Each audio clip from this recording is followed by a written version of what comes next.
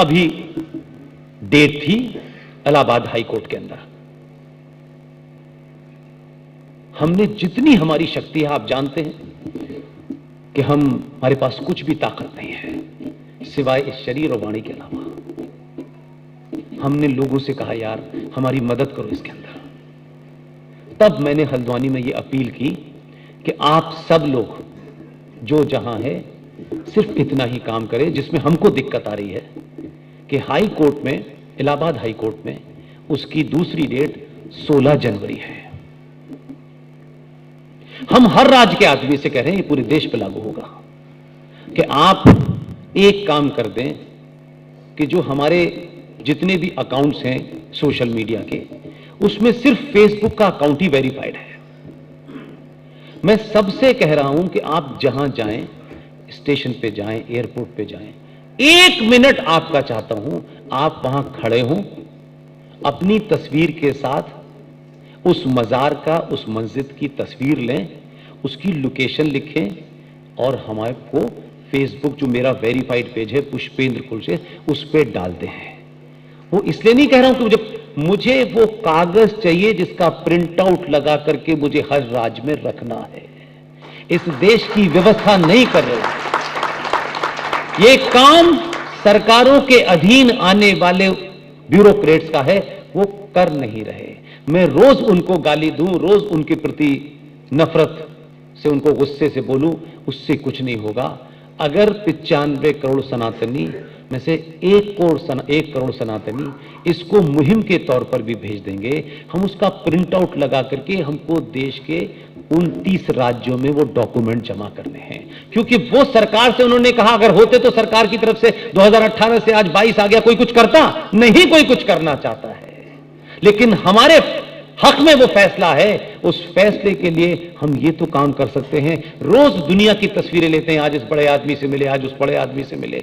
एक दिन मजार के साथ भी तस्वीर ले लो, यकीन दिलाते हैं कि अगले 2 साल में इस देश के किसी सार्वजनिक स्थल पर एक भी मजार मस्जिद नहीं होगी। लेकिन इसमें आपकी मुझे जरूरत है। ये बात मैं किससे कहूं, कहां कहूं? न मेरे पास न रुपया है, न पैसा है, न मेरे पास संसाधन है। मैं अपनी बात इस तरह से रख सकता हूं जिससे आप इस बात से चेतन हो जाए। दूसरी बात, क्या खतरा मानते हैं आप इस देश में? कोई कहता है यूनिफॉर्म सिविल कोड आ जाए, कोई कहता है पॉपुलेशन कंट्रोल आ जाए। जिस देश में सुअर पालने पे सब्सिडी मिलती हो, पता ही बात आपको, एक तो सुअर है 4 पैर वाला, उसे पालने पे सब्सिडी मिलती है, और 2 पैर वालों को सच्चर कमीशन से 5,500 करोड़ रुपया दिया जाता है। आप जैसे बिजनेसमैनों के लिए यह सबसे बड़े न्यूज है, खबर है। अगर आपको पता नहीं होगी तो बता देता हूं।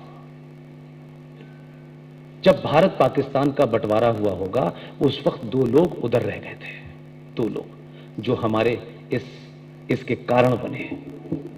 बाद में वो कब भारत आए मुझे नहीं पता, I am not interested in that. उसमें से 2 लोगों में से एक साहब 2005 में प्रधानमंत्री थे और दूसरे साहब दिल्ली हाई कोर्ट के चीफ जस्टिस होकर रिटायर हुए। एक विदेशी महिला ने जिस एजेंडे के तहत यह कराया, क्योंकि वहां राय देने वाले कौन कौन लोग हैं उनका भी आपको अंदाजा नहीं है, तब यह हुआ कि मुसलमान बिजनेस में बहुत पिछड़ा हुआ है। बेचारा भीख मांग के खाना खाता है। बिजनेस में हम मुसलमानों को कैसे आगे ला सकते हैं, लिहाजा दुकान खोली गई और सच्चर कमीशन नाम का एक कमीशन बना। क्योंकि चीफ जस्टिस साहब जो पाकिस्तान से आए थे, लाहौर से आए थे, जो कुलदीप नैयर की बहन के पति थे, जो बहुत बड़े पत्रकार थे, वो नहीं रहे। उन जस्टिस सच्चर साहब ने एक रातों रात एक रिपोर्ट पेश कर दी कि मुसलमान को बिजनेस में लाने के लिए मदद करनी होगी। और मुसलमान के बारे में नैरेटिव देखिए, मुसलमानों की हालत दलितों से भी बहुत खराब है, ये नैरेटिव क्रिएट हुआ। उस सच्चर कमीशन का बजट आज की डेट में संसद में जो पिछला फाइनेंशियल बजट था उसमें 5,500 करोड़ है कि मुसलमान को पैसा दो, वो अपनी आर्थिक स्थिति ठीक करे, और उसमें अनरिटन लाइन है, आज तक हुआ नहीं अभी, कि अगर वो वापस न कर पाए तो उससे लेना नहीं है। आप जीएसटी किसके लिए दे रहे हैं? उस सच्चर कमेटी के वो बनी और उसमें मुसलमानों का तमाम सारी चीजें हुई और वो सच्चर कमीशन बना, और आज वो सच्चर कमीशन फल फूल रहा है, उसमें बढ़ोतरी हो रही है। तो सच्चर कमीशन भी है, माइनॉरिटी कमीशन भी है, एजुकेशन बोर्ड भी है, हमारे यहां पर्सनल लॉ भी है, और जो सबसे खतरनाक है, जिसकी चर्चा भी हम नहीं कर रहे क्योंकि ये करने में हमें डर लगता है। 1923 में अंग्रेजों ने कानून बनाया था जिसका नाम था वक्फ बोर्ड। उसमें सारे लोग थे कि जो आपकी अपनी प्रॉपर्टी है वो आप मैनेज करेंगे। 1956 में फूल वाले चचा ने उसमें अमेंडमेंट कर दिया और सबको हटा दिया उसमें से। फिर 1985 में जो रोल, मैं नहीं जानता आप में से इस बात को कितने लोग मानेंगे नहीं मानेंगे, आप शुद्ध दिल्ली के वासी हैं, मैं तो बाहर से आया हूं। 1984 हुआ दिल्ली में, आज तक दावे से कहता हूं, जब 84 हुआ तो मैं अलीगढ़ में पढ़ रहा था। मैं यहां 90 से 88 से हूं। आज तक मुझे बताइए कि दिल्ली के जो सिख विरोधी दंगे हुए, बार बार एक शब्द कहा जाता है, सिख विरोधी दंगे। दंगा दो लोगों में होता है, ये सिख मैसेकर था। एक भी दंगे के किसी कोने में जिस आदमी ने गर्दन काटते हुए पकड़ा गया हो, सरदार को आग लगाते हुए पकड़ा गया, एक भी हिंदू मिला आज तक? कैसे नैरेटिव बनता है, मैं इसलिए कह रहा हूं, आप पढ़े लिखे लोग हैं और उसकी पूरी पृष्ठभूमि बता रहा हूं। सिखों के खिलाफ हिंदुओं का गुस्सा था क्योंकि हिंदू एक लीडर थी इंदिरा गांधी, उसकी हत्या सिखों, यह नैरेटिव क्रिएट किया गया। 3 मूर्ति में जो हुआ वो भी लोगों को पता है, और कैसे जो इंटेलेक्चुअल लोग होते हैं उस समाज के, वो कैसे एक नैरेटिव को खट से मार्केट में डाल देते हैं ताकि जो हमारे हिंदू समाज का इंटेलेक्चुअल क्लास है वो सडनली डिफेंसिव हो जाए, वो बोल ना पाए। एक साहब जिनके पिताजी इस देश के मंत्री थे, गवर्नर थे, उनके नाना देश के राष्ट्रपति थे, और उनका अपना जन्म अलीगढ़ मुस्लिम विश्वविद्यालय के वाइस चांसलर लॉज में हुआ, क्योंकि उनके नाना जो बाद में राष्ट्रपति बने वो अलीगढ़ मुस्लिम विश्वविद्यालय के वाइस चांसलर थे। उस आदमी का जन्म अलीगढ़ मुस्लिम विश्वविद्यालय के वाइस चांसलर लॉज में हुआ। वो आदमी भारत का बाद में विदेश मंत्री भी बना, लॉ मिनिस्टर भी बना, कॉमर्स मिनिस्टर भी बना। उसने एक किताब लिख दी। 31 अक्टूबर 1984 को इंदिरा गांधी की हत्या होती है।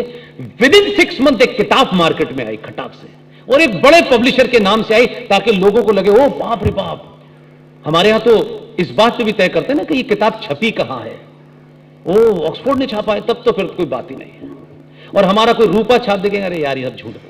ये मानसिकता बन गई। एक किताब आई, उस किताब का नाम था India the restatement of Indian Muslims. उस किताब के पेज नंबर 242 या 252 पर एक पैराग्राफ लिखा हुआ है, बहुत खूबसूरती से डाला, और उसमें लिखा हुआ है, यह किताब 84 में इंदिरा गांधी की हत्या के बाद आई। एक पढ़ा लिखा मुसलमान जिसकी पत्नी क्रिश्चियन है, जिनकी बहन ने हिंदू से शादी की है, जिनके नाना राष्ट्रपति थे, पिता इस देश में गवर्नर भी रहे, कई बार मंत्री भी रहे, वो भी कई बार मंत्री रहे और सुप्रीम कोर्ट के बहुत बड़े वकील हैं, लॉ मिनिस्टर कई बार रहे। ये उनकी लिखी किताबें हैं। उस किताब के उस पेज नंबर पर 4 लाइनें लिखी हुई हैं, और उसका आपको तर्जुमा, ट्रांसलेशन बताता हूं।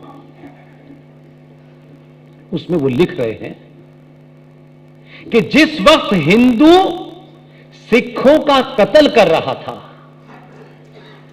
उस वक्त भारत का मुसलमान बहुत संतुष्ट था, मुतमईन था, सेटिस्फाई था, इसलिए कि इन्हीं हिंदू और सिखों ने 1947 में मुसलमानों को मारा था। एक नैरेटिव आ गया इंटेलेक्चुअल की तरफ से, उस आदमी का नाम है सलमान खुर्शीद।